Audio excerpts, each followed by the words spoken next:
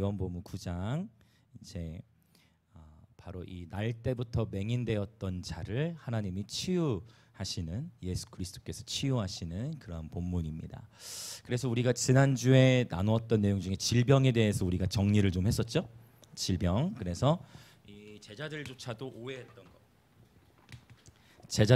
오해했던 것이 무엇입니까? 어떤 이 날 때부터 맹인된 자의 질병이 그 자신의 죄 때문입니까? 아니면 부모의 죄 때문입니까? 자신의 죄입니까? 부모의 죄입니까? 이 두 가지밖에 생각을 못했지만 예수님께서 지적하신 것은 뭐였습니까? 자기의 죄나 부모의 죄가 아니다. 그를 통해서 하나님의 일을 나타내고자 함이다라고 하나님 말씀하신 거예요. 그리고 비로소 이 날 때부터 맹인되었던 자가 보게 되면서 치유되어지면서 놀라운 증인의 삶을 살게 되어지는 것을 우리는 보게 되어집니다. 자, 이제 오늘 본문으로 들어가 볼 건데요. 13절부터 17절의 단락을 먼저 보겠습니다. 자, 그러니까 이 날 때부터 맹인이었는데 이 사람을 주변에서 함께 봤던 이웃들이 있었겠죠. 주변에서 이 사람은 맹인이었던 것을 알았던 자들이 너무 의아하니까 이들이 이제 바리새인에게로 이 맹인을 데려갑니다. 자, 13절부터 17절을 한번 같이 읽어보겠습니다. 시작. 그들이 전에 맹인이었던 사람을 데리고 바리새인들에게로 갔더라. 예수께서 진흙을 이겨 눈을 뜨게 하신 날은 안식일이라. 그러므로 바리새인들도 그가 어떻게 보게 되었는지를 물으니 이르되 그 사람이 진흙을 내 눈에 바르매 내가 씻고 보나이다 하니, 바리새인 중에 어떤 사람은 말하되 이 사람이 안식일을 지키지 아니하니 하나님께로부터 온 자가 아니라 하며, 어떤 사람은 말하되 죄인으로서 어떻게 이러한 표적을 행하겠느냐 하여 그들 중에 분쟁이 있었더니, 이에 맹인되었던 자에게 다시 묻되 그 사람이 내 눈을 뜨게 하였으니 너는 그를 어떠한 사람이라 하느냐? 대답하되 선지자니이다 하니. 아멘. 자, 바리새인들에게 데려갔어요. 지금 요한복음에서는 계속해서 바리새인들이 긍정적인 이미지로 나옵니까? 아니면 어떻습니까? 굉장히 부정적으로 나오죠.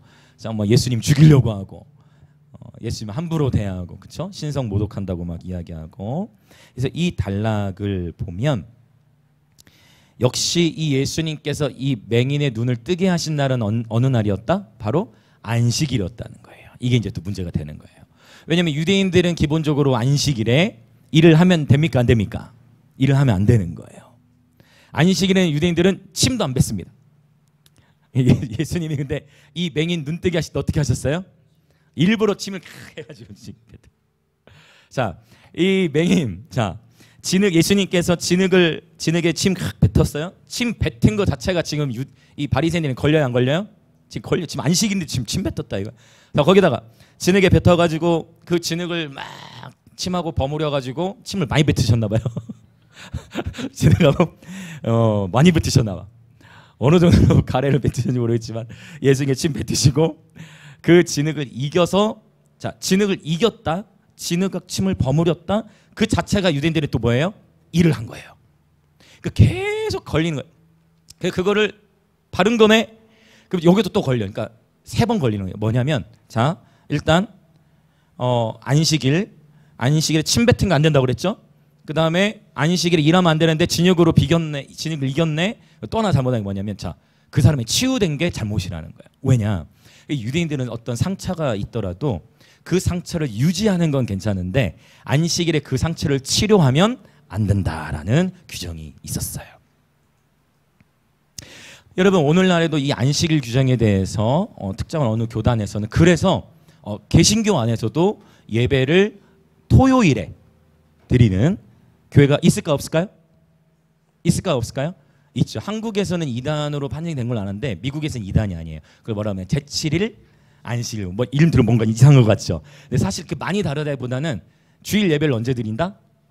토요일에 드리는 거예요. 그러니까 안식일이 사실은 안식 후 첫날 예수님 부활하셨기 때문에 우리가 주일에 예배를 드리기 시작하는데, 그래서 1세기 때 예수님을 믿는 유대인들은 사실상 토요일에도 예배를 드리고, 유대인들과 함께, 그리고 주일에도 예배를, 이틀 예배를 드렸어요.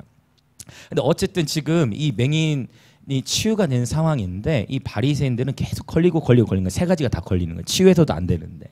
그러니까 이렇게 걸리는 것들을 지금 볼 수가 있는데 지금 그러면서 이제 우리가 이제 오늘은 정리를 좀 해보고 신학적으로 정리를 해보려고 그래요.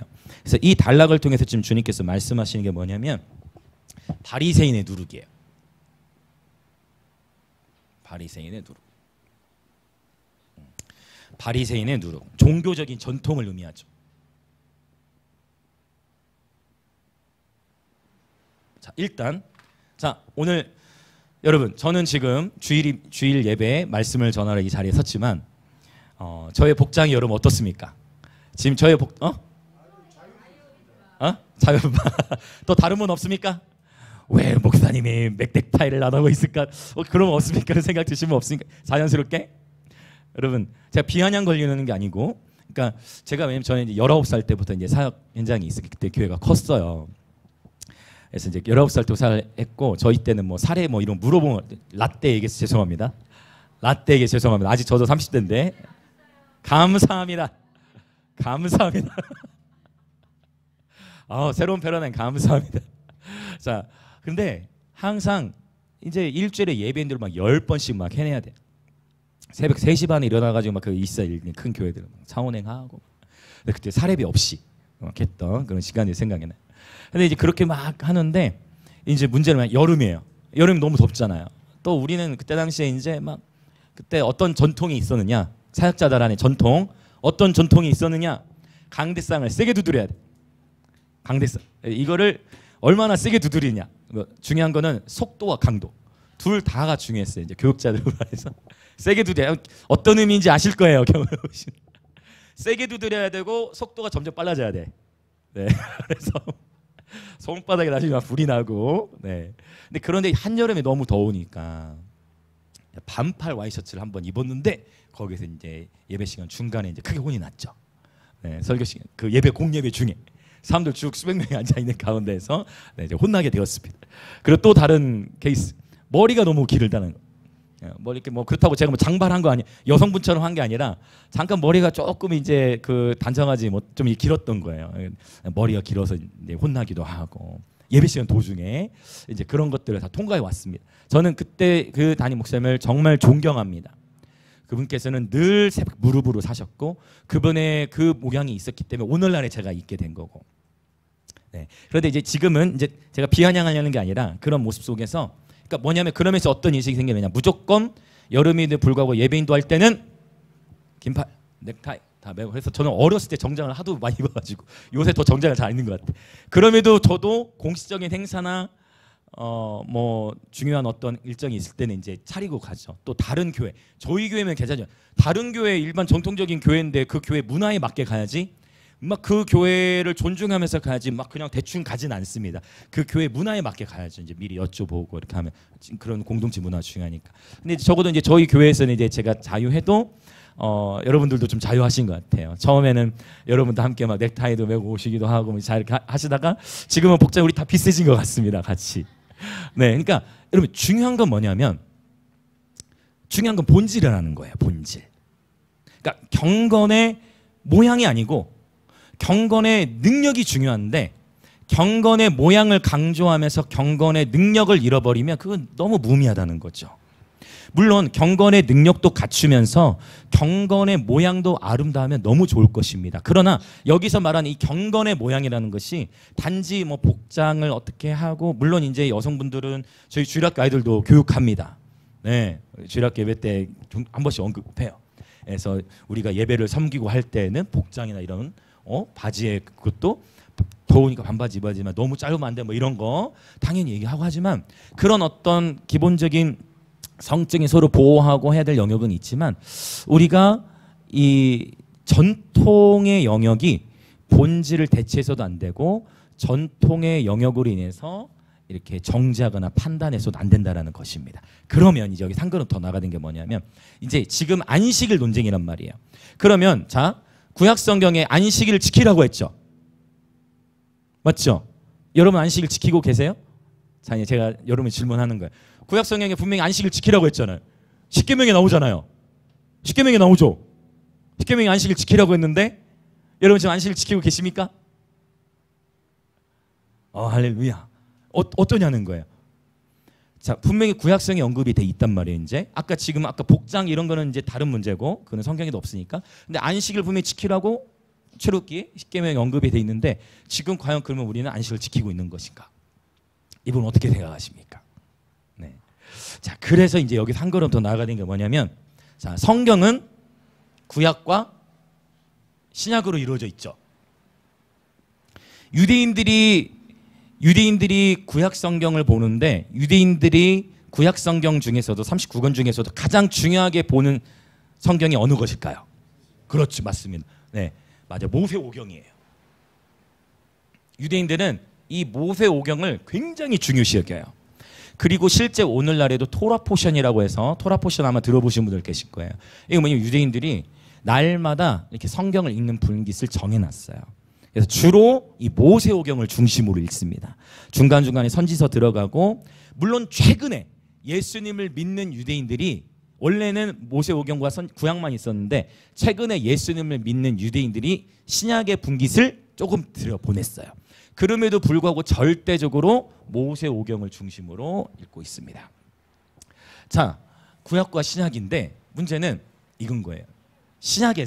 구약에서 안식일을 거룩히 지키라고 했는데, 신약에서 예수님이 안식일에 대해 뭐라고 표현하셨어요? 안식일에 대해서 예수님이 뭐라고 하셨냐면, 인자는 안식일의 주인이라고 했어요. 그리고 주님이 말씀하시기를, 안식일이 사람을 위하여 있는 것이지 사람이 안식일을 위하여 있는 것이 아니다 라고 말씀하셨어요. 그래서 원래 안식일이라고 했을 때는 하나님 말씀하신 것은 일주일에 하루를 의미했는데, 그러면 보세요. 여러분 항상 우리가 성경을 적용해 나갈 때 구약과 신약 둘 다 하나님의 말씀이지만 우선권은 어디에 있을까요? 이게 굉장히 중요합니다, 여러분. 네, 우선권은 무조건 신약에 있어요. 네, 왜냐? 예수 그리스도가 복음의 실체이시기 때문에. 구약은 복음의 뭐라고 합니까? 우리가 그림자라는 표현을 쓴단 말이에요. 또는 상징, 또는 신약에서 뭐라고 해요? 거울이라는 표현을 해요. 예수님은 그 복음을 완전히 완성하시고 예수님이 복음의 실체이시죠. 네. 그래서 항상 구약과 신약을 해석할 때 신약을 중심으로 구약을 재해석해야만 합니다. 그렇지 않으면 그래서 신학이라는 게 이제 필요한 거죠. 반드시 신약적 가치관 안에서 구약을 재해석할 수 있어야 돼요. 자, 보세요. 여러분 제사의 얘기도 볼까요? 구약에서 분명히 각 떠서 제사 드려야 되잖아요. 짐승 잡고 그 짐승에 각 뜨고 제물로 바쳐야죠. 구약 성경에서 이제 앞으로 너희는 다시 이런 제사 드리지 말라는 표현이 있나요? 없어요. 구약에서는 그렇게 끝나요. 그런데 지금 우리 그렇게 예배 안 드리죠. 왜요? 그렇죠. 예수님께서 히브리서에 보면 단 한 번의 영원한 제물이 되셨기 때문에 이제 우리는 짐승을 잡을 필요가 없는 거예요. 그래서 항상 영적인 것을 정리할 때는 반드시 신약, 여러분 다시 우리 한번 따라해 봅시다. 예수님이 나의 신학의 모델이십니다. 이거 굉장히 중요합니다. 예수님이 저와 여러분의 신학의 중심이시고 모델이 되셔야 돼요. 예수님이라면 어떻게 하셨을까? 예수님은 어떻게 행하셨나? 예수님은 어떻게 순종하셨나? 예수님은 어떤 삶을 사셨나? 그래서 여러분 예수님이 저와 여러분의 삶의 전부가 되시길 축복합니다. 네, 물론 구약 성경에도 예수님에 대한 많은 예언이 있어요. 오늘 아까 우리 신입사님 깃발에 대해서도 언급해 주셨는데, 깃발로 예배한 사례가 신약에 어떻게 나는지를 이제 연구해 보셔야 돼요. 굉장히 중요한 부분을 말씀드리고 있어요. 그리고 상징으로서가 아니라 이를테면 춤을 추고 예배하라는 것은 구약 신약에 다 나타나잖아요. 그렇죠? 춤춰라. 명령형으로 나타난단 말이에요. 깃발에 대해서도 신약에서 어떻게 정리하는가? 깃발 워시팀에서 한번 연구를 해보세요. 깃발 워시팀에서. 네. 그래서 이것을 자발적으로 해도 되는가 안 해도 되는가, 아니면 무조건 해야 되는가, 이거는 성경으로 정리를 하셔야 돼요. 무슨 말이 되시죠? 우리 예수 안에서 자유하잖아요. 근데 이게 무조건 해야 되는 것인가, 아니면 자발적으로 해도 되고 안 해도 자유한 것인가, 이런 원리들을 생각을 잘 하게 돼요. 왜? 그러니까 깃발을 하느냐 안 하느냐 가지고도 교회가 만약 논쟁이 붙었다. 그러면 그거는 또한 또 지금 오늘 본문처럼 안식일로 인한 논쟁처럼 돼버릴 수 있는 거예요. 무슨 의미인지 이해되시죠? 그래서 논쟁으로 가는 것이 아니라 성경 안에서 정리를 해서 이렇게 풀어 나가는 것이 너무 좋습니다. 할렐루야. 자, 지금 안식일에 대한 얘기, 제사에 대한 얘기 마찬가지. 그래서 바리새인의 누룩을 주의해야 된다는 것입니다. 자, 이제 이 사람들이, 바리새인들이 누구를 불러오라고 하냐면 18절부터 23절의 단락인데요. 18절부터 23절 단락입니다. 자, 18절을 한번 읽어볼까요? 시작. 유대인들이 그가 맹인으로 있다가 보게 된 것을 믿지 아니하고 그 부모를 불러 묻되.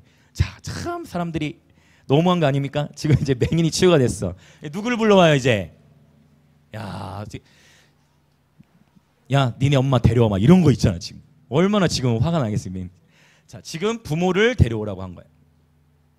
부모를 불러와가지고 부모에게 이제 따집니다. 그리고 막 묻는 거예요. 취조하듯이. 그게 이제 18절부터 23절의 내용인데, 이 부모는 정확하게 어떻게 된 상황인지 다 언급을 제대로 하지 않습니다. 21절 볼까요? 21절 시작. 그러나 지금 어떻게 해서 보는지 또는 누가 그 눈을 뜨게 하였는지 우리는 알지 못하나이다. 그에게 물어보소서. 그가 장성하였으니 자기 일을 말하리다. 여러분, 정말 이 부모가 지금 날 때부터 맹인되었던 자기 자식의 눈이 떠졌는데 누가 지금 내 아들의 눈 뜨게 했는지 몰랐을까요? 여러분 어떻게 생각하세요? 여러분 정말 몰랐을 것 같습니까? 그러니까 적어도 이루면 알았을 거 아니에요. 적어도 내가 이전부터 예수님을 따르진 않았어도 너 어떻게 된 거냐 지금? 너 태어날 때부터 너 어떻게 된 거냐 아들아? 어떻게 된 거야 아들아? 누가 그랬어? 어떻게 된 거야? 물어보지 않겠어요? 그럼 이 부모는 왜 숨겼을까요? 그게 22절에 나와요. 22절 읽어보죠. 왜 숨겼을까? 22절 같이 읽어봅시다. 시작. 그 부모가 이렇게 말한 것은 이미 유대인들이 누구든지 예수 그리스도를 시인하는 자는 출교하기로 결의하였으므로 그들을 무서워함이로라. 이것 때문이에요. 절대 아니, 아들이 날 때부터 맹인이었는데 그가 지금 보게 됐는데 누가 했는지 치유했는지도 모른다는 말이 안 돼. 알고 있었음에도 불구하고 왜 그러면 이 바리새인들 앞에서 제대로 얘기를 하지 않아요? 예수님을 믿는다고 시인하게 되면 어떤 일이 현상이 일어나요? 출교를 당하게 된다는 거예요. 출교에 대한, 출교가 뭐예요? 이제 유대인, 너는 이제 유대인이 아니고 유대인으로부터 추방해 버린다. 그것이 두려웠던 거예요. 그래서 지금 이 단락에서는 지금 주님께서 무엇을 말씀하시는 거냐면 두려움. 사실 우리가 인생을 살아가면서 이 두려움과의 영적 전쟁을 우리는 수시로 경험합니다. 그렇죠? 사람과의 관계, 또 재정, 또 뭐 건강, 뭐 이런 것들, 이 두려움, 그렇죠? 우리는 이 두려움과의 영적 전쟁을 날마다 직면합니다. 지금 이 맹인되었던 자의 이 부모들은 바로 이 두려움으로 인해서 정확하게 언급을 하지 않고 있는 것을 보게 됩니다. 참 이럴 때 보면은 이 맹인되었던 자의 부모의 삶이 참 굉장히 답답하다고 느껴지게 되는 것은 이 부모는 생명을 경험했음에도 불구하고 종교를 선택한 거예요. 생명을 경험했음에도 불구하고 종교를 선택한 이 부모의 모습이 너무나 안타깝습니다. 안정적인 것을 추구하지만 여러분, 저는 이 자리에 우리 다 자녀들이 있으실 건데, 그렇죠? 다 우리 자녀들이 있잖아요. 우리가 다음 세대들이 하나님 마음에 합한 예배자로 세워가기를 기도하고 또 그렇게 준비하고 있는 자들로서 여러분, 하나님 앞에서 우리가 사람을 두려워하는 것이 아니라 오직 여호와 하나님만을 경외하는 예배자들로 살아가길 원합니다. 우리 부모들이 사람이나 어떤 재정 영역에서 마음이 묶이고 두려워하는 것이 아니라 오직 하나님을 경외하는 삶을 살아가는 모습을 우리의 삶으로 자녀들에게 보여줘야 된다고 믿습니다. 출교에 대한 두려움보다 하나님과의 관계가 끊어질 것에 대해서 두려워하는 것이 더 맞는 것입니다. 아멘, 아멘. 여러분, 언제든지 종교가 아닌 생명을 택하시길 예수님의 이름으로 축복합니다. 아멘. 자, 이제 이 부모가 너무 제대로 답을 안 하니까 이게 뭐 도대체 더 이상 치조가 안 돼요. 그래가지고 이제 바리새인이 다시 이제 어떻게 합니까? 다시 맹인 되었던 자에게 가서 대화를 시도합니다. 자, 계속해서 쭉 이야기를 나누다가 자 25절 먼저 보겠습니다. 25절 시작. 대답하되 그가 죄인인지 내가 알지 못하나 한 가지 아는 것은 내가 맹인으로 있다가 지금 보는 그것이니이다. 이 아주 정직한 고백인데요. 이 맹인은 원래 예수님의 제자가 아니었죠. 그런데 지금 이 맹인 되었던 자가 이야기하는 것을 보면 이 맹인 되었던 자의 신앙이 점점 이렇게 자라가고 있는 것을 우리는 볼 수가 있는데, 자 25절의 대답을 통해서 보자면 지금 이거예요. 이 맹인은 자 아직 예수 믿은 지 이제 예수님이 내 눈 뜨게 했으니까 지금 죄인, 의인 뭐 이런 단어를 알아요, 몰라요? 모르죠. 지금 죄인인지 의인인지 뭐 그런 거에 대해서 전혀 개념이 없어요. 근데 이 지금 맹인 되었던 자가 지금 얘기하는 건 뭐예요? 나는 그가 죄인인지 의인인지 그런 건 난 도저히 모른다. 그런데 한 가지 아는 것은 뭐냐면 나는 원래 태어날 때부터 보질 못했는데 내가 지금 보고 있다는 거야. 내가 지금 보고 있다는 것입니다. 내가 지금 보고 있다는 것입니다. 라고 얘기해요. 그러자 26절 그들이 이르되 그 사람이 내게 무엇을 하였느냐? 어떻게 네 눈을 뜨게 하느냐? 이거 얘기했어요, 안 했어요? 26절에 얘기했어요, 안 했어요? 앞에서 그가 진흙을 이겨가지고 내 발랐다. 분명히 앞에 얘기했잖아요. 그러니까 이제 이 맹인 되었던 자가 뭐라고 얘기합니까? 27절 읽어볼까요? 시작. 대답하되 내가 이미 일렀어도 듣지 아니하고 어찌하여 다시 듣고자 하나이까? 당신들도 그의 제자가 되려 하나이까? 여기서 이제 바리새인들이 이제 약간 화가 났어요. 이제 화가 아니라 꼭지 화가 나서 어떻게 바리새인들이 자기들도 율법을 범해. 어떻게 범하느냐? 28절 보세요. 자기들도 율법 안식을 어겼다고 예수님한테 막 뭐라고 했죠? 자기들은 더 심하게 범해. 자 28절 읽어봅시다. 시작. 그들이 욕하여 이르되 너는 그의 제자이나 우리는 모세자. 엄청난 율법을 범한 거야. 형제를 향하여 나가라. 자 지금 바리새인이 율법을 범한 거예요. 뭐라고 지금 성경이 뭐라고 진 거예요? 그들이 바리새인이 뭐 했어요? 욕했대. 여러분 우리도 체육대회 때 욕하면 10점씩 감점당했잖아. 10점 차이로 승부 갈렸잖아요. 지난번 크리스마스. 여러분 그래 욕 자기들이 안식을 범한다고 뭐라고 하면서 흥분해 버리니까 본성이 드러나 버린 거야. 자기도 모르게 뭘 벌써 차마 제가 딱 따라할 수 없지. 욕을 해버린 거예요. 자기들이 그 죄의 수는 자기들 스스로가 죄 속으로 들어간 거예요. 여러분 너무 이게 흥미로운 본문이에요. 이게 흥분한 거예요 지금. 자 역시 이 바리새인은 누구의 제자다?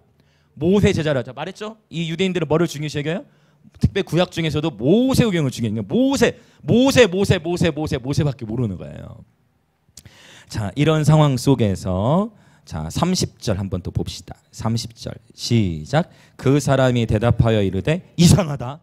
이 사람이 내 눈을 뜨게 하였으되 당신들은 그가 어디서 왔는지 알지 못하. 여러분 지금 여러분 이거 아무것도 아닌 말씀 같지만 이 말씀이 굉장히 중요해요. 뭐냐면 이 날 때부터 맹인되었던 자도 구약 성경을 많이 알았다라는 거예요. 마치 니고데모를 기억하시죠? 니고데모가 굉장히 율법 교사였고 바리새인 중에서도 그런 아주 결국 회심하게 된 놀라운 예배자가 있었는데 이 30절의 표현이 왜 중요하냐? 이상하다.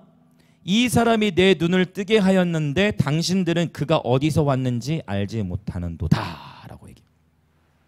자, 좀 더 읽고 나서 제가 더 설명드릴게요. 32절 읽어볼까요? 31절부터 33절, 31절부터 33절 시작. 하나님이 죄인의 말을 듣지 아니하시고 경건하여 그의 뜻대로 행하는 자의 말은 들으시는 줄을 우리가 아나이다. 창세 이후로 맹인으로 난 자의 눈을 뜨게 하였다 함을 듣지 못하였으니 이 사람이 하나님께로부터 오지 아니하였으면 아무 일도 할 수 없으리이다. 지금 여러분 이 맹인의 고백이 어떤 것 같습니까? 여러분 이게 원래 이 맹인이었던 자는 자 몇 절이에요? 자 11절을 보면 9장 11절에 예수님에 대해서 뭐라고 얘기하냐면 대답하되 예수라 하는 그 사람. 11절 예수님을 향해 그냥 그 예수라 하는 그 사람이라고 지금 표현을 하잖아요. 그렇죠? 자 사람이라고 그냥 표현을 했어요. 그런데 지금 우리가 중간에 또 넘어갔지만 11절에 사람이라 17절에서는 뭐라고 표현을 했냐면 그를 어떤 사람이라 하냐 대답하되 이제 계속 발전하는 거야 지금 선지자. 이게 요한복음 4장과 비슷해. 사마리아 여인도 처음에 예수를 뭐라고 표현했어요? 예수님 보고 선지자라고 표현을 했잖아. 나중에는 예수님을 뭐라고 했어요? 메시아로 인정을 했잖아요. 그 패턴과 지금 비슷해. 사람이라고 했다가 이제 선지자라고 해요. 자, 계속 지금 발전하는 거야. 자, 그럼 자기 스스로 이제 깨닫기 시작하는 거예요. 자, 31절부터 33절까지를 이었는데 창세 이후로 맹인으로 난 자의 눈을 뜨게 하였다함을 듣지 못하였다. 근데 이것을 바리새인들이 왜 이해하지 못하는지 맹인이 의아해했다는 거예요. 여러분 왜일 것 같습니까? 자, 맹인의 눈을 뜨게 하는 자는 메시아 사상과 연결돼 있었어 그래요. 그러니까 자, 바리새인들 중에서도 정말 제대로 된 정말 하나님 말씀을 사랑하고 말씀을 달달달 하는 바리새인들이 있고 그냥 대충 공부해가지고 대충 해가지고 그냥 대충 하는 그냥 진짜 모세 오경만 알았던 바리새인들도 있었다는 걸 알 수가 있어요. 자, 이제 성경을 볼게요. 오히려 이 맹인된 자가 구약 성경을 참 잘 알았다는 걸 알 수 있어요. 자, 이사야를 한번 가볼게요. 이사야 35장. 이사야 35장 5절과 6절만. 이사야 35장은 마지막 때 굉장히 중요한 말씀입니다. 이사야 35장 5절과 6절 같이 읽겠습니다. 시작. 그때 맹인의 눈이 밝을 것이며 못 듣는 사람의 귀가 열릴 것이며 그때 저는 자는 사슴같이 뛸 것이며 말 못하는 자의 혀는 노래하리니 이는 광야에서 물이 솟겠고 사막에서 시내가 흐를 것임이라. 여기서 말하는 그때는 언제를 의미하냐면 메시아가 나타나시면 이라는 의미. 그러니까 지금 분명히 예언되어 있죠. 맹인의 눈이 밝을 것이며. 그러니까 이 맹인되었던 자는 이거는 메시아다 이제 이거를 자기가 깨닫는 거예요. 뭔지 이해되시죠? 그 바리새인들에게 그러니까 이상하다는 거야. 아니 그 바리새인 당신들은 성경을 그렇게 달달달 했으면서 맹인의 눈이 떠졌으면 예수님을 메시아로 받아들여야지 오히려 당신들은 나한테 욕하면서 예수님한테 율법 어겼다고 말하고 있네. 맹인이 그걸 얘기하는 거야. 자, 또 더 있어요. 29장 이사야 29장 18절. 이사야 29장 18절. 자, 같이 읽어볼까요? 시작. 그날에 못 듣는 사람이 책의 말을 들을 것이며 어둡고 캄캄한 데에서 맹인의 눈이 볼 것이며. 아멘. 그러니까 메시아에 대해서 예언되어져 있는 말씀을 이 맹인이었던 자는 태어날 때부터 맹인이었지만 이러한 말씀들을 이미 누군가로부터 잘 보지 못했겠지. 계속 듣고 암송했다라는 거예요. 알고 있었다라는 것을 우리가 알 수 있어요. 단지 그 예수가 처음에 메시아인 줄을 몰랐지 이 맹인도. 그래서 자기 눈이 떠지면서 이제 비로소 그분이 바로 곧 메시아시다라는 것을 인정하기 시작하는 겁니다. 자, 여러분 너무 놀랍죠. 그래서 이 30절의 내용이 그래서 중요하다는 거예요. 바리새인들은 이해하지를 못해. 자, 이렇게 자꾸 오히려 이제 맹인되었던 자가 이 바리새인들을 가르치니까, 그러니까 이게 이제 어떻게 보면 목사님들의 문제일 수 있어요. 저를 향해서 하는 얘기 포함해서. 내가 말이야 성경을 이렇게 아는데 말이야 지금 저 태어날 때부터 맹인되었던 녀석이 누굴 가르쳐 지금? 목사를 가르치려고 하네. 이렇게 그런 현상인 거잖아요 지금 일종의. 그쵸? 그러니까 막 욕하고 막 이제 34절 한번 봅시다. 34절 같이 읽겠습니다. 시작. 그들이 대답하여 이르되 내가 온전히 죄 가운데에서 나서 우리를 가르치느냐 하고 이에 쫓아내어 보내니라. 쫓아내버렸어요. 분명히 예수님께서 뭐라고 했어요? 맹인된 자 자기 죄도 아니고 부모의 죄 아니라고 했죠. 그럼에도 불구하고 바리새인은 예수님이 여러분 이게 예수님이 분명히 말씀하셨음에도 불구하고 이 바리새인은 또 뭐라고 계속 얘기해. 바리새인들은 네 죄 때 너는 죄 때문에 네가 죄 가운데 너는 태어난 자임에도 불구하고 감히 네가 우리를 가르쳐 가지고 여기서 성경에 다 기록되지 않았으면 28절에 이미 욕했잖아요. 더 욕했을까요? 교만하다고. 예? 맹인된 이 고침받은 사람한테 교만하다고 막 얘기했어요. 바리새인들은 이 날 때부터 맹인된 자를 왜 이렇게 자꾸 신문한 거냐면 치유된 걸로 믿질 않는 거예요. 날 때부터 맹인됐던 게 아니라 그냥 원래부터 봤던 자인데 거짓말을 하는구나라고 바리새인들은 믿지 않았던 거예요. 자, 온전히 죄 가운데서 나서 우리를 가르치냐 하고 이에 쫓아내어 보내버립니다. 여러분 본문에 보면 이 날 때부터 맹인된 자가 이제 쫓겨나게 됐죠. 인간적으로 보면 너무 억울하고 화나는 일이지만 영적인 세계 안에서는 여러분 예수가 주이심을 증거하다가 쫓겨나면 그것은 영적인 차원 안에서는 축복입니다. 새로운 차원으로 하나님이 그 사람을 이렇게 인도하시는 축복의 계절인 것입니다. 제가 거리 예배를 이제 12년째 계속 해오는데, 제가 12년째 거리 예배를 해오면서 여러분 몇 번 쫓겨났을 것 같아요?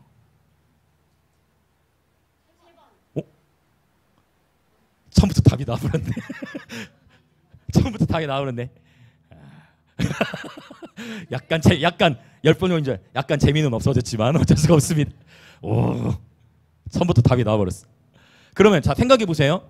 12년 동안 거리에서 예배를 해왔는데 3번 쫓겨난 거면 많이 쫓겨난 거예요? 조금 쫓겨난 거예요? 뭐 거의 쫓겨난 것도 아닌 것 같죠? 여러분 12년 동안 일단 비 안 오고 눈 안 오면 우리 나갔으니까. 제가 우리 거리 예배를 하면서 참 감사한 게 뭐냐면, 최근에 스탠드에 수명이 다 있어요. 그러니까 건반 스탠드. 이 친구가 11년을 버텼어요. 건반 스탠드가. 그리고 그 건반은 12년째 아직도 쓰고 있어요. 그때 당시에 구입했던 비용 34만 원. 34만 원짜리 피아노를 12년째 그것도 막 떨어뜨리기도 하고 막 던져지기도 하고 했는데 단 한 번의 고장도 없어요. 주님 이 말 했다고 얘 이제 수명 다하는 거 아니죠? 그러면 치우기도 해야 돼요.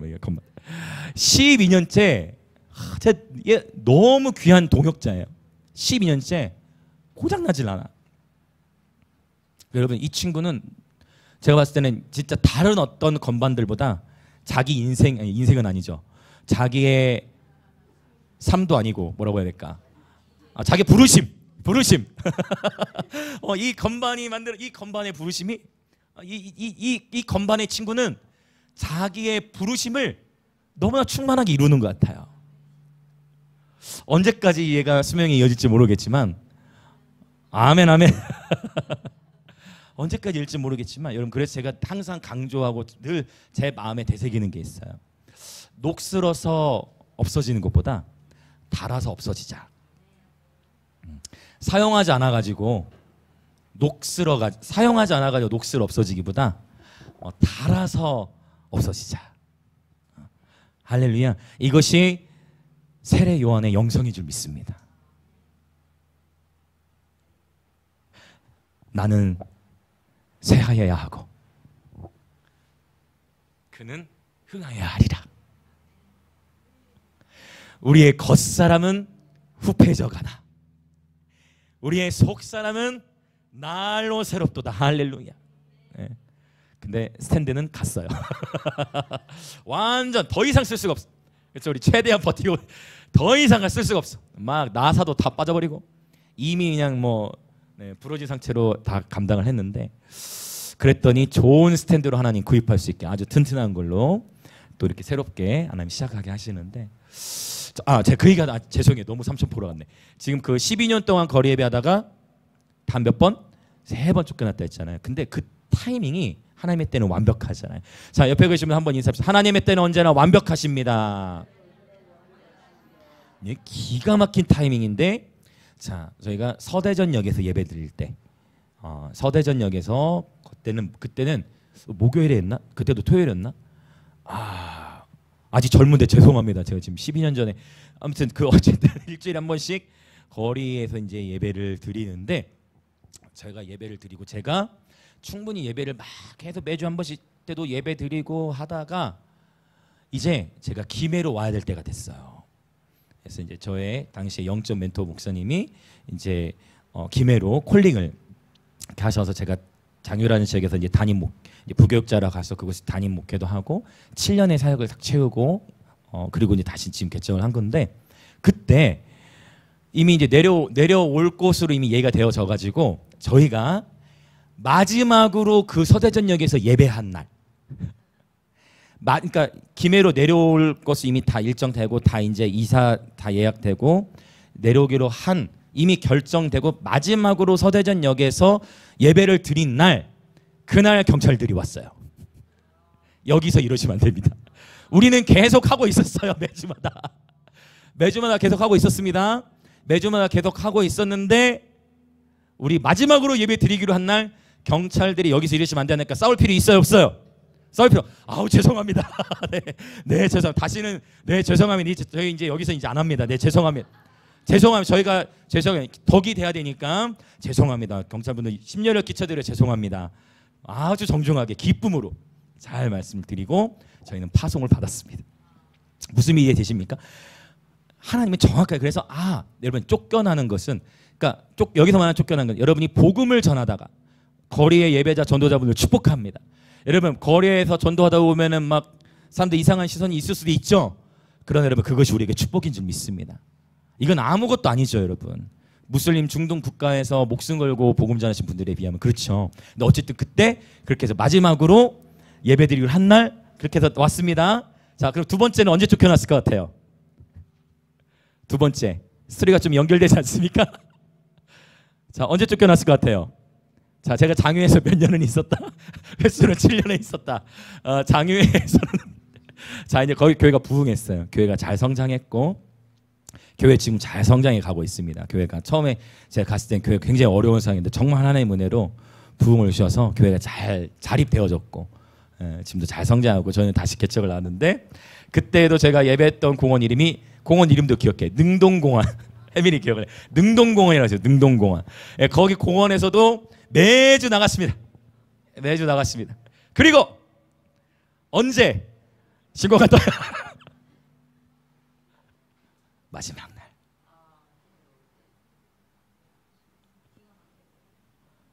그래서 저는 이거는 파송이다. 여러분 마음을 넓히시길 축복합니다. 하나님이 파송하시는구나. 근데 그거를 사인을 받았어. 여러분 하나님은 다 보고 계세요. 제가 우리 어제 사실 날이 좀 어제 더웠어요.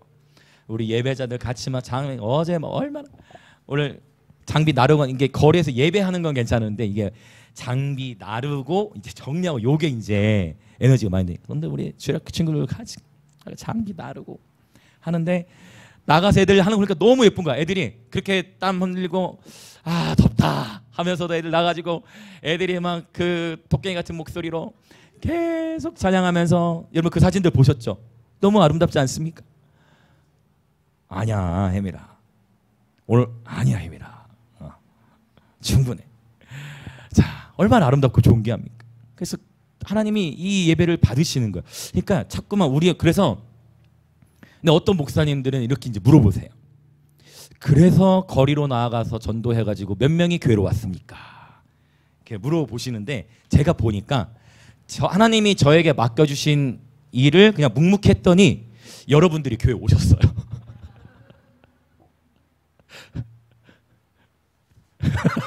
무슨 의미인지 이해되시나요? 저는 그냥 하나님이 저를 부르신 곳으로 광야로 가서 거기서 그냥 외쳤거든요. 근데 하나님께서 여러분을 보내주셨어요. 저는 하나님의 일을 했는데 하나님께서 여러분을 보내주셨어요. 그리고 여러분 거리에서 제가 10년 동안 하면서 하나님 얼마나 죄송해요. 오늘 할 얘기가 원래 본문에 원고에 전혀 없는 건데 하나님의 인도하심이라 생각하고 나누겠습니다. 이 거리에서 정말 한 번은 어떤 한 남자가 계속 되게 우울해. 다 보면 알잖아요. 표정 보면 우울해가지고 읽는 모습. 근데 안 가고 계속 듣고 있더라고요. 알고 보니까 여러 다양한 가정의 어떤 아픔을 겪고 보통 여자분들이 집을 주문하시니 남자분이 집을 나오신 상황이었어. 그래서 번호를 나한테 알려줬는데 그 번호로 전화해봤더니 남편이 아니라 그 아내분이 받더라고. 집은 원래 조건이었고. 근데 그분이 왔을 때 찬양을 듣고 막 우시고 그러면서 권면해드리고 결국 이분이 다시 나중에 확인해 보니까 아내분의 연락이 왔어요. 저희 남편 잘 집에 돌아왔습니다. 그래서 너무 마음에 감사하다. 또 거리에서 여러분 전도하다가 여러분 오늘날도 가능해. 거리에서 전도하다가 예배하면서 전도하다가 어떤 분은 그 자리에서 복음을 듣고 죄에 대해서 막 선포하는데 그분이 눈물을 다 주르르르 남자분이 주르르 남자가 거리에서 눈물을 흘린다? 까우가 있지. 이건 절대 쉬운 일이 아니에요. 물론 우리 하나님 임재 안에 있는 남자들은 자주 웁니다. 맞죠? 하나님 임재 안에 계신 아버지들은 어린 양이 됩니다. 양이 되고 눈물을 주르르 흘리면서 그러면 뭐라고 하느냐? 내가 바로 그 사람입니다. 그러니까 내가 바로 그 죄인입니다라고 얘기해. 수많은 에피소드를 하나님이 주시면서 그럼에도 불구하고 저는 이렇게 생각해요. 분명히 저희가 지금까지 거리에서 영접한 사람이 수백 명은 되는데 그 사람들이 우리 교회로 오냐 안 오냐는 중요찮아요. 여러분 큰 교회로 가면 되죠. 그 영혼이 잘 세워질 수 있는 교회로 가면 되죠. 그리고 언젠가는 그 영혼이 또 교회로 가게 될 거고, 그렇죠? 그 하나님께서 우리가 다 할 수 없지만 각 사람에 따라서 또 하나님이 인도하실 겁니다. 중요한 건 하나님이 우리에게 하라고 하신 일을 하는 게 중요해. 그러면 행복해요. 그러니까 하기 싫은데 억지로 해야 되면 너무 힘들어. 그러니까 너도 힘들고 나도 힘들고 우리 다 힘든 거예요. 무슨 말인지 알겠죠? 그러니까 그래서 제가 거리 예배도 절대 강요를 안 해. 우리 하나님 미니스트리 이름으로 가지만 얼마나 그냥 황금 시간이에요. 젊은 친구들 연애해야지. 토요일 황금 시간이자 절대 강요 안 해. 제가 하나님 아시잖아요. 하나님 예배팀인데 강요 안 해. 그런데 그냥 자원하는 마음. 여러분 저는 그렇게 믿어요. 10편 110편 그 마지막 종말론적인 시대 가운데 10편 110편이 풀어질 건데, 그렇죠? 주의 권능의 날에 새벽 이슬과 같은 주의 청년들이 주께로 나오게 될 것인데, 여러분 자원하는 마음으로 즐거이 헌신하는 예배자들의 군대가 일어나야 되는 것입니다. 그러니까 더 이상 강요로 될 수 있는 게 아니에요. 여러분 우리 부모님들 동의하시죠? 우리의 자녀 세대를 너 제발 이것 좀 해. 어머니들 축복합니다. 어머니들 축복합니다. 제발 좀 해. 뭐가 되려고 그래. 해야 돼. 여러분 강요로 안 되더라. 강요로 안 되더라. 여러분 사랑을 주고 기다리고, 그리고 중요한 거 여러분 정말 눈물로 기도해야 돼요.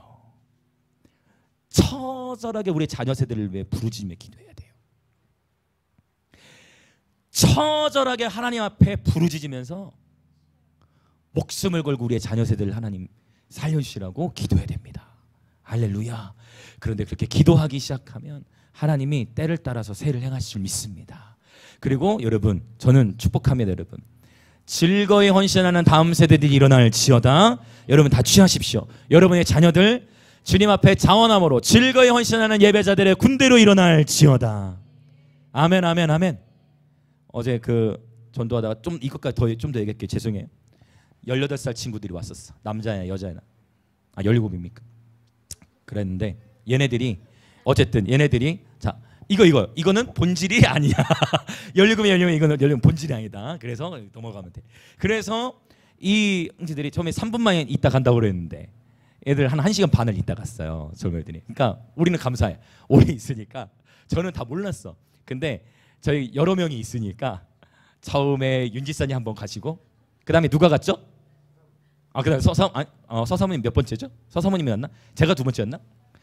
윤지사님 첫 번째, 제가 두 번째, 두 번째, 그리고 세 번째 김규수사님도 있죠. 그래서 4명이 윤지사님, 저 서사모님, 김기사님 4사람이 몰랐어. 그렇게 다 그 형제가 했는지 4사람이 그 형제한테 복음을 전한 거예요.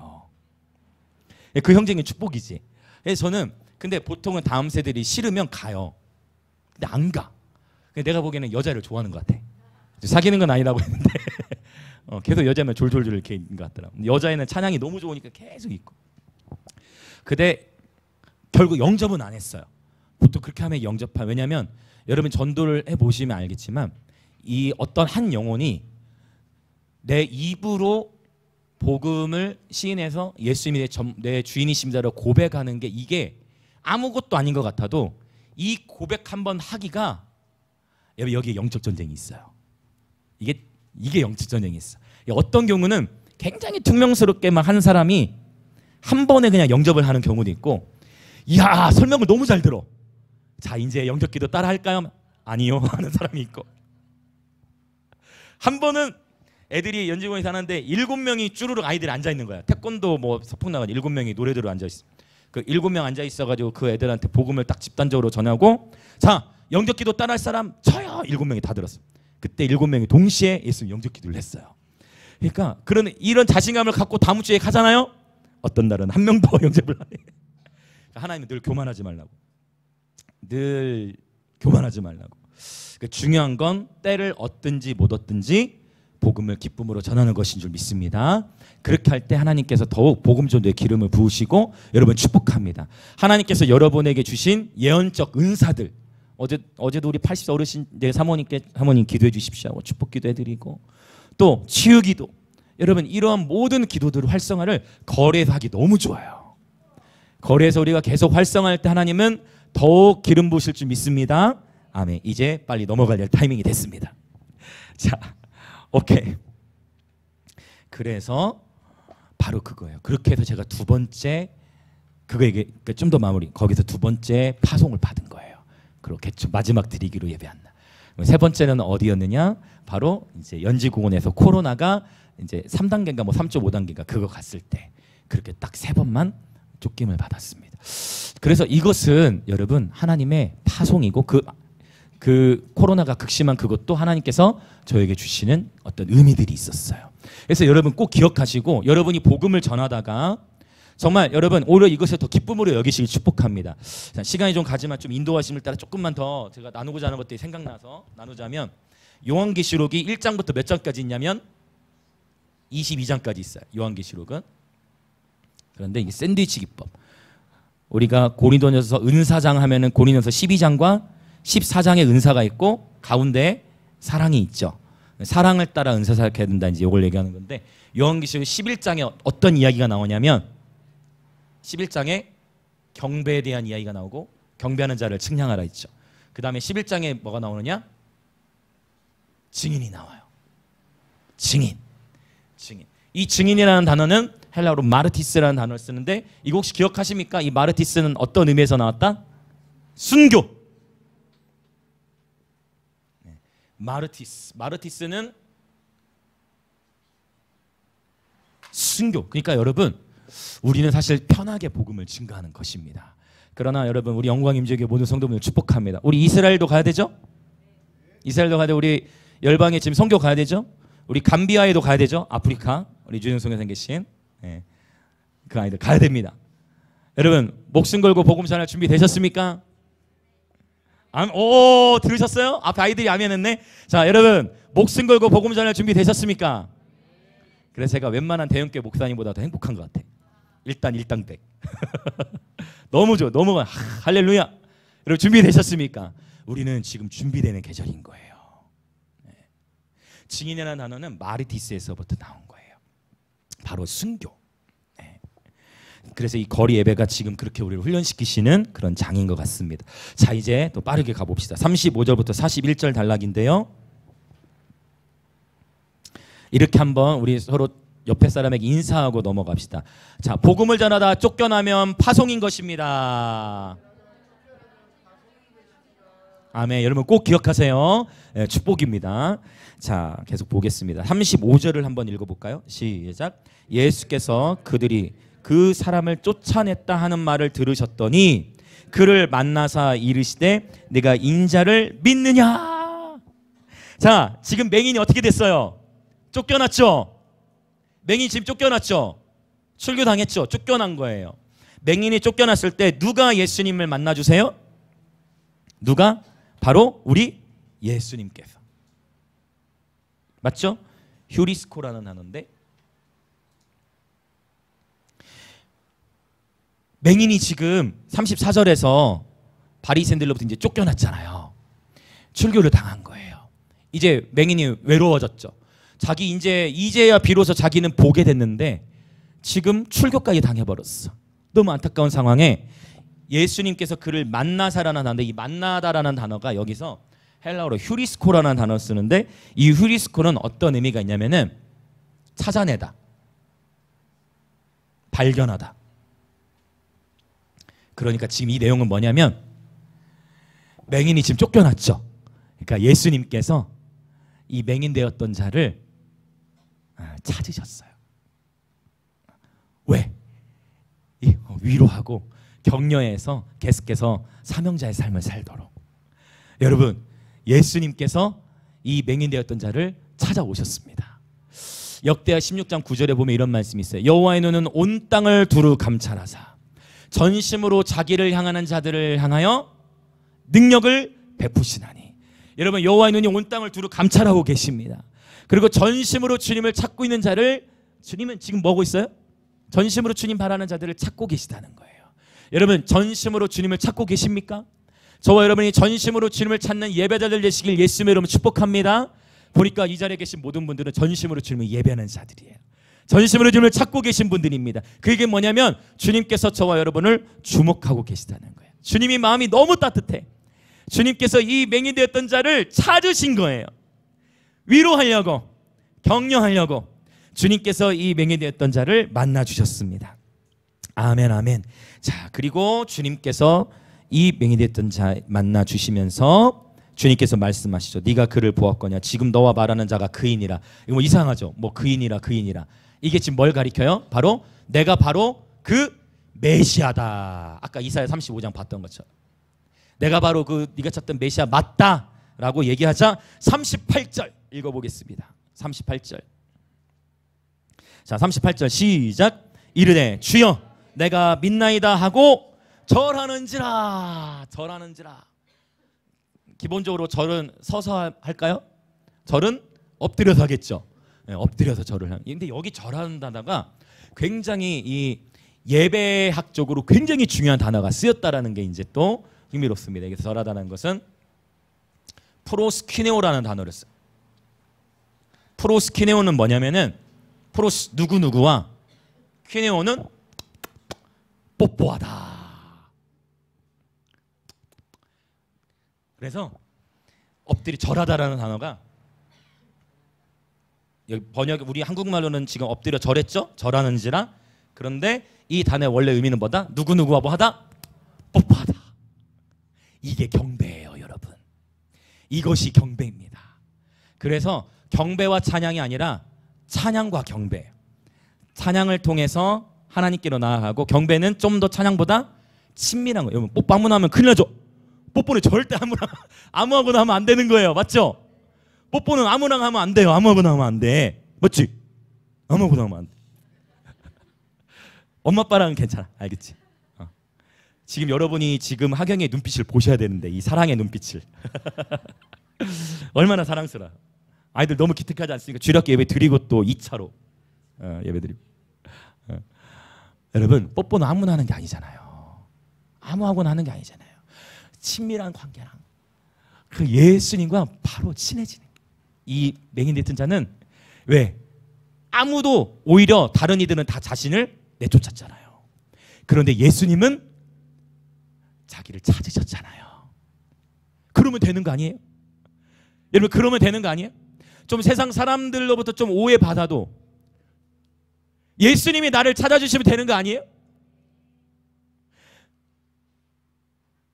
세상 사람들이 나를 뭐라고 하든지 예수님이 나를 막 발견하려고 나를 막 동네 다니시면서 당시에는 예수님께서 실제 육의 몸을 지으셨으니까 걸어 다니셔야 되는 거 아니에요? 그때는 구름 타고 다니신 거 아니잖아요. 예수님이 이 맹인됐던 자를 찾으려고 만을 다니시는 거 아니에요. 이 자를 찾으려고 만나주시려고. 그리고 이 맹인됐던 자는 예수님께 엎드려 발에 입만 줬겠죠. 그러면 엎드려서 절하는. 할렐루야.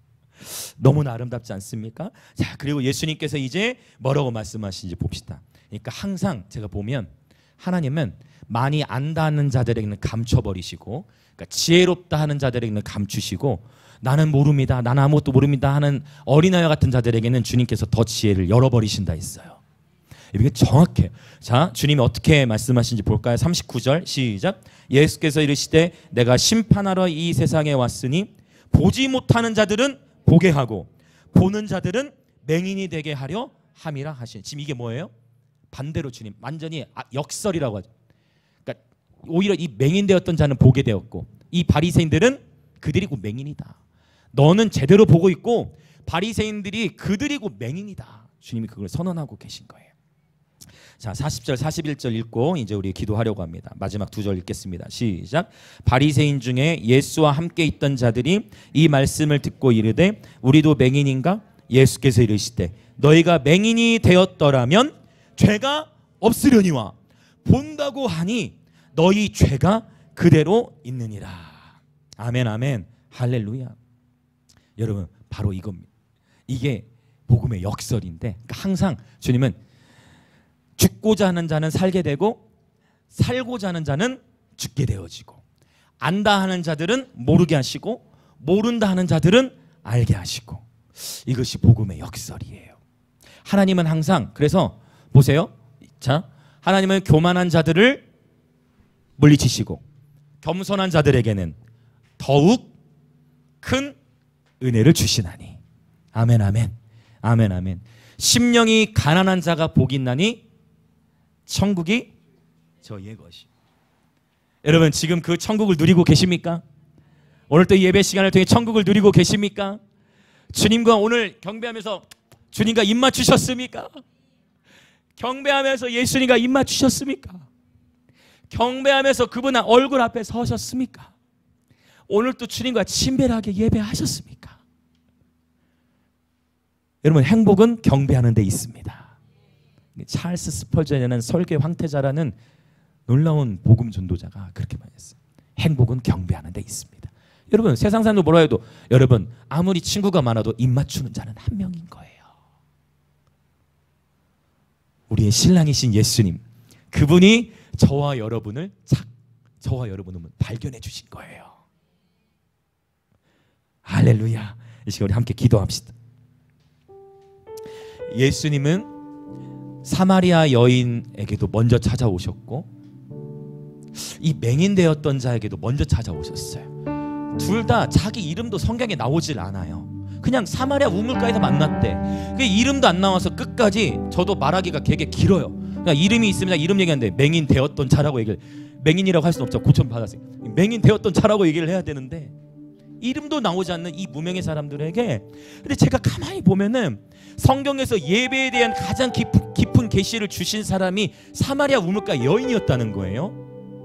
막 안다 하고 막 바리새인처럼 막 성경 정통하고 그런 자들에게 예배에 대한 계시를 풀어주신 게 아니라 아무것도 모를 것 같고 그 다음에 상처투성이인 이 우물가 여인에게 하나님은 영이시니 예배하는 자가 영과 진리로 예배할지니라, 아버지께서 이렇게 예배하는 자들을 찾으시느라라고 놀라운 말씀들을 그 여인에게 주셔서 이 여인은 나중에 그 사마리아 전체를 복음화시키는 추수의 일꾼이 되잖아요.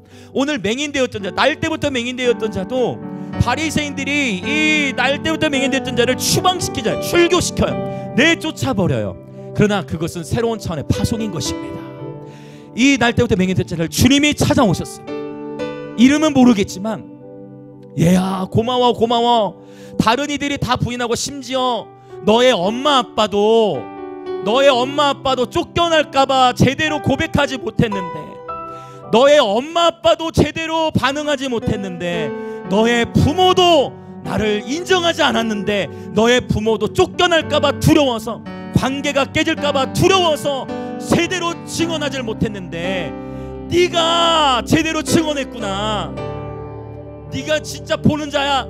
저 바리새인들이 진짜 맹인이야. 주님이 이 맹이 되었던 자의 편을 들어주시는 거야. 할렐루야. 주님은 여러분의 편이십니다. 주님은 경배자의 편이신 거예요. 주님은 증인의 편이십니다. 이 시간 그래서 기도합시다. 하나님 아버지, 오늘 또 예수님께서 저와 우리를 종교적 관습에 매이지 않고 사랑과 재정에 대하여 두려워하지 않은 채 주님의 증인으로 살아가도록 불러주셔서 감사합니다. 오 하나님, 어떠한 상황 속에서도 복음의 증인으로 살아가게 하여 주옵소서. 쫓겨나면 그것이 곧 파송이요 축복이요 새로운 차원의 기름 부음이 오고 있음을 알게 하여 주옵소서. 그래야 주님, 깨끗하고도 순수한 마음으로 주의 얼굴을 구하며 예배드릴 때에 주님 우리를 만나주시고 각 사람의 필요에 맞게 다양한 방식으로 만나 주시옵소서. 예수님과의 만남과 경배를 통한 행복을 누리는 예배자 되게 하여 주시옵소서. 그렇게 주여 외치며 기도합시다. 주여.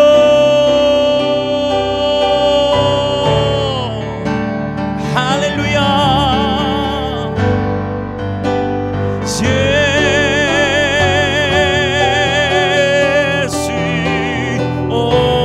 나의 신랑, 나의 위로자.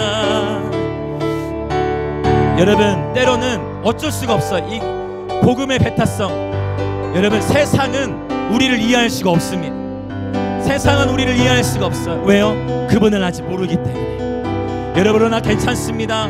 그럼에도 불구하고 누군가는 복음을 전해야 되는데 오늘 또 주님께서 저와 여러분의 편을 들어주시고 저와 여러분을 위로하시고 주님이 오늘 또 우리와 함께 하시고 이곳에서 저와 여러분의 경배를 우리 주님께서 기뻐 받아주고 계십니다.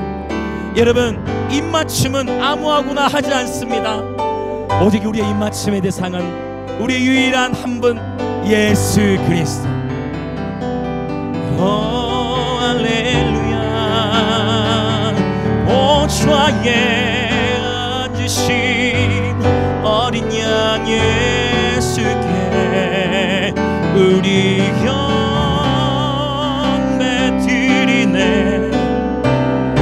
경배 드리네 주께 온 맘 다하여 주님을 부르셨네. 여러분 상상해 보십시오. 예수님께서 저와 여러분을 찾으시는 거예요. 마을 다니시면서 살아가는 누구누구, 나를 위해 증언하다가 출교를 당한 누구누구, 나를 위해 증언하다가 어려움을 겪은 누구누구 내가 만나줘야지 하며 주님이 찾아오십니다. 이 날 때부터 맹인되었던 자에게 주님께서 찾아오셨듯 오늘 이 시간 저와 여러분에게 주님이 오셔서 저와 여러분에게 신선한 기름을 부으시고 저와 여러분에게 말씀을 주시고 저와 여러분을 위로하며 격려해 주십니다. 할렐루야. 아멘 아멘 아멘 아멘. 할렐루야. 오 할렐루야. 우리 이 시간 한 번 더 기도하고자 하는 마음이 있는데 이 시간 이렇게 기도하면 좋겠네요. 이 날 때부터 맹인되었던 자의 부모의 삶을 보면서 부모의 역할이라는 것이 있고 특별히 우리가 이 마지막 때 다음 세대들을 하나님의 군대로 세워가는 데 있어서 가정이라는 것이 너무 중요하지 않습니까? 이 시간 우리 함께 기도할 때 하나님, 이 날 때부터 맹인되었던 자의 부모와 같지 않게 하시고 하나님, 나의 안전으로 인해 나의 자녀가 생명을 누리고 있는데 나의 자녀에게 주님은 만나주고 계시는데 오히려 내가 우리의 자녀들을 맡고 있진 않는지 주님, 우리의 자녀들을 온전히 주님 손에 올려드립니다. 나에게 맡겨주신 육신의 자녀를 주님 손에 올려드립니다. 그리고 주님 기도합니다. 혹 주님께서 나에게도 증언할 수 있는 기회를 주신다면 이 날 때부터 맹인되었던 자의 부모처럼 반응하는 것이 아니라 담대히 증언할 수 있도록 용기를 주시고 담대함을 주시고 진정 우리의 자녀 세대들을 주님 뜻하신 대로 주님 이끄시도록 내어드리고 우리의 자녀들을 위해 부르짖으며 울며 기도함으로 우리의 자녀 세대를 통하여 주님 당신의 일을 행하시옵소서. 그렇게 우리 자녀들을 주님 손에 올려드리면서 주님, 하나님 나를 부모로 불러주셨는데 내가 하나님 마음에 합한 내가 하나님의 뜻을 이루어드리는 진실된 부모의 삶이 되기를 원합니다. 그렇게 부모에게, 그렇게 우리에게 아비의 마음, 어미의 마음을 부어 주옵소서. 그렇게 주여 외치며 기도합시다. 주여. 오 주님 간구합니다. 오 주님, 혹 우리 또한 인생을 살아가면서 하나님 관계에 대한 두려움에 의하여 하나님에 대해 바로 증언하지 못할 때는 없었는지 하나님, 오늘 이 날 때부터 맹인된 자의 부모를 하나님께서 조명해 주십니다.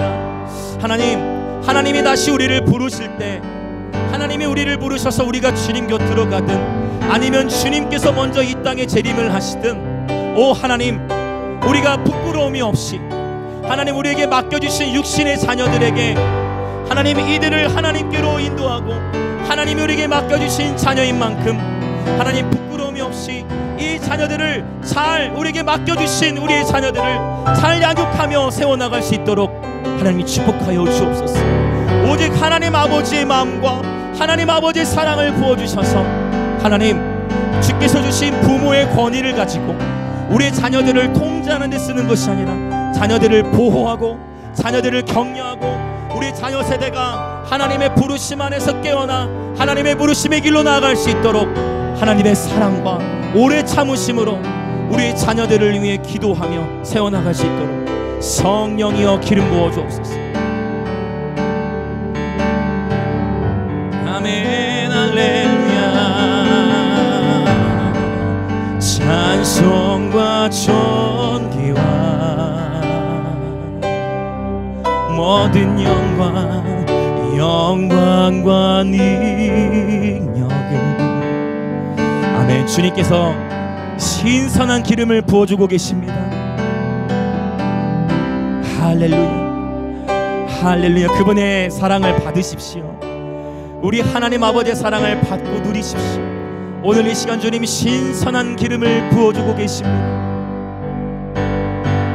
오 할렐루야. 오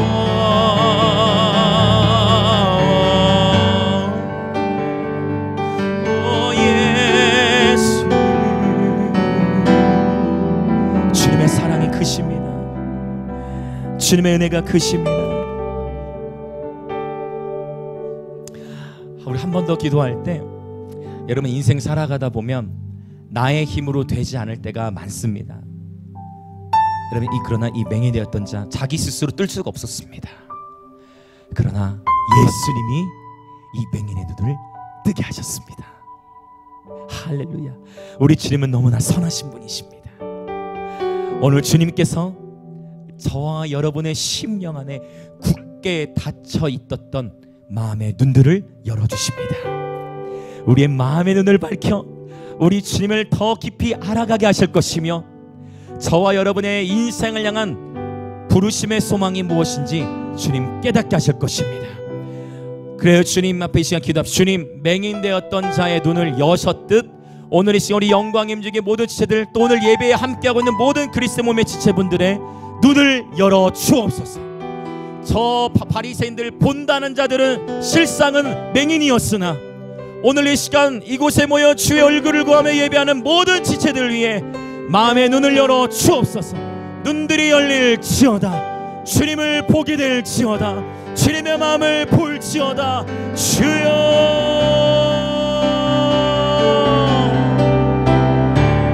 열릴지어다.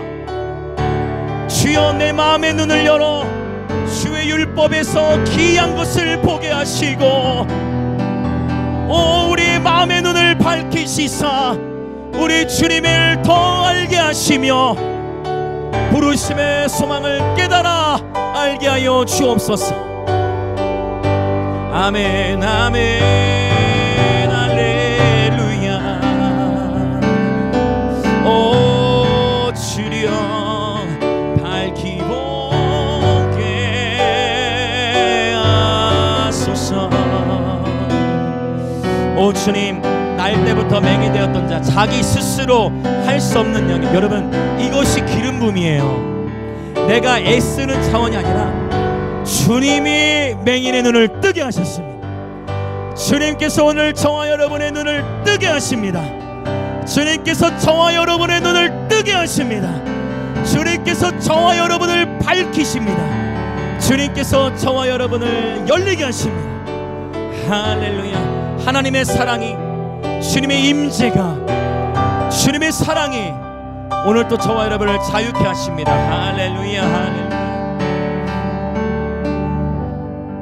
오 주님 감사합니다. 오 아버지 감사해요. 하나님 이 날 때부터 맹인되었던 자가 드디어 보게 되었는데 이제 비로소 보게 된 것 같은데 자꾸만 이러한 비방과 참소를 받으면서 결국은 쫓겨나게 되었지요. 어쩌면 우리가 예수님을 비로소 믿기 시작하자마자 받게 되는 수많은 박해와 어려움과 갈등들, 예수님을 믿지 않았으면 겪지 않아도 될 어려움들을 우리의 가정과 학교와 일터에서 경험할 수 있지요. 그럼에도 불구하고 우리가 이 맹인되었던 자처럼 이제 보게 되었고 예수의 생명에 만진 바가 되었으니 어찌 우리가 주님을 부인할 수 있으리요. 주님이 우리를 살려주셨는데 내가 어찌 주님을 부인할 수 있으리요. 주님이 우리를 받아주셨는데 내가 어찌 주님의 사랑을 저버릴 수 있으리요. 아버지 혹 세상에 어느 누구도 나를 이해하지 못한다 할지라도, 그러나 예수님께서 우리를 찾아오셨고, 예수님께서 우리를 만나주셔서, 예수님께서 우리에게 비전과 소망을 주시니 감사합니다. 오늘 이 자리에서 주님을 경배하는 모든 예배자들의 심령을 주님 이미 말씀으로 친히 말씀해 주시고, 주의 명백한 임재 가운데 평강을 누리게 하시고, 각 사람의 마음의 눈을 이전보다 더욱 밝혀주시니 감사합니다. 오늘 또 주 앞에 기쁨으로 이 예물을 드립니다. 이 예물을 드린 모든 그리스도 몸의 지체들 가운데 하늘의 신령한 복과 땅의 기름진 복으로 축복하여 주시고, 주의 몸된 교회는 계속해서 북한과 감비아와 인도를 넘어 대한민국과 열방을 더욱 풍성하게 섬길 수 있도록 재정의 기름을 부어 주옵소서. 지금은 우리 주 예수 그리스도의 은혜와 하나님 아버지의 놀라우신 사랑과 성령 하나님의 감화 감동 교통하심이 오늘 내 삶의 어떠한 상황 속에서도 복음의 증인으로 살아가기로 결단하며, 또한 하나님 보시기에 합당한 참된 부모의 삶이 되어 우리의 자녀들을 하나님께 내어드리고, 우리의 자녀들이 바른 길로 갈 수 있도록 끊임없이 우리 자녀 세대를 품고 기도하여, 하나님 우리에게 맡겨주신 자녀들이 주님의 부르심을 따라 온전히 행할 때까지 선을 행하되 포기하지 아니하고 낙심치 않으며 끝까지 기도의 자리를 사수하여 마침내 우리의 자녀 세대들이 새벽의 이슬과 같은 주의 청년들로 일어나게 될 것을, 보게 될 것을 확신하며 기도하는 영광 임재의 모든 성도들과 오늘 이 예배에 함께하는 그리스도의 몸의 모든 지체들 가운데에 지금으로부터 영원토록 함께 있을지어다. 아멘.